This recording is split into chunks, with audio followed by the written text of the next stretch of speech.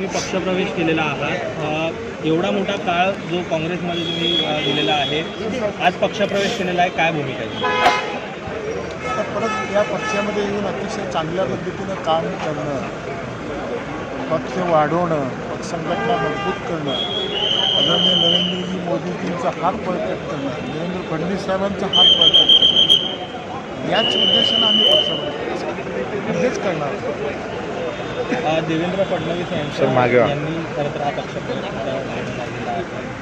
त्यांच्याविषयी काय सांगितलं? हे अतिशय चांगलं नेतृत्व या राज्याला मिळालं.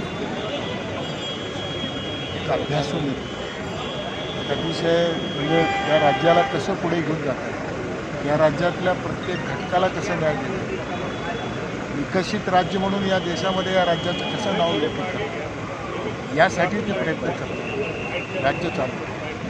म्हणून त्या नेत्यांना मदत करणं हे सुद्धा आमचं मूळ उद्देश आहे. येत्या निवडणुकीमध्ये आता तुमचा हा फॅक्टर कसा प्रभावित आहे ना, आपण नंतर बोलत राहू. Okay sir, thank you.